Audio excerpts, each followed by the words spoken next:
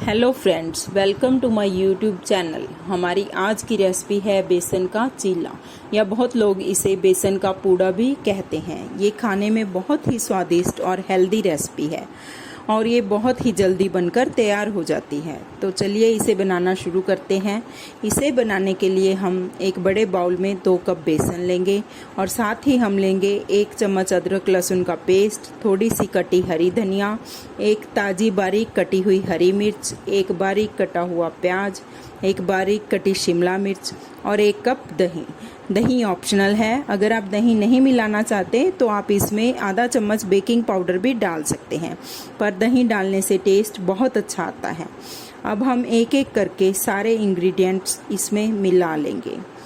अब हम इसमें डालेंगे 3/4 टेबलस्पून नमक, थोड़ी सी लाल मिर्च या स्वाद अनुसार, थोड़ी सी हल्दी, थोड़ी सी काली मिर्च। सारी चीज़ों को अच्छे से मिला लें और थोड़ा थोड़ा पानी डालकर घोल तैयार कर लें। बैटर की कंसिस्टेंसी कुछ ऐसी होनी चाहिए। अब गैस पर तवा गरम कर लें और इस पर थोड़ा सा घी लगा लें। अब कड़छी से थोड़ा सा घोल तवे पर पतला पतला फैला लें।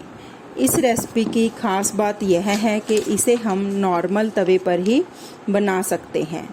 मैंने इसे नॉर्मल रोटी वाले तवे पर ही बनाया है, इसके लिए किसी नॉनस्टिक पैन की ज़रूरत नहीं है। थोड़ी देर इसे पकने दें और इसकी कॉर्नर्स पर घी लगा लें। अब इसको आराम से पलट लें और दूसरी साइड से भी थोड़ा पकने दें।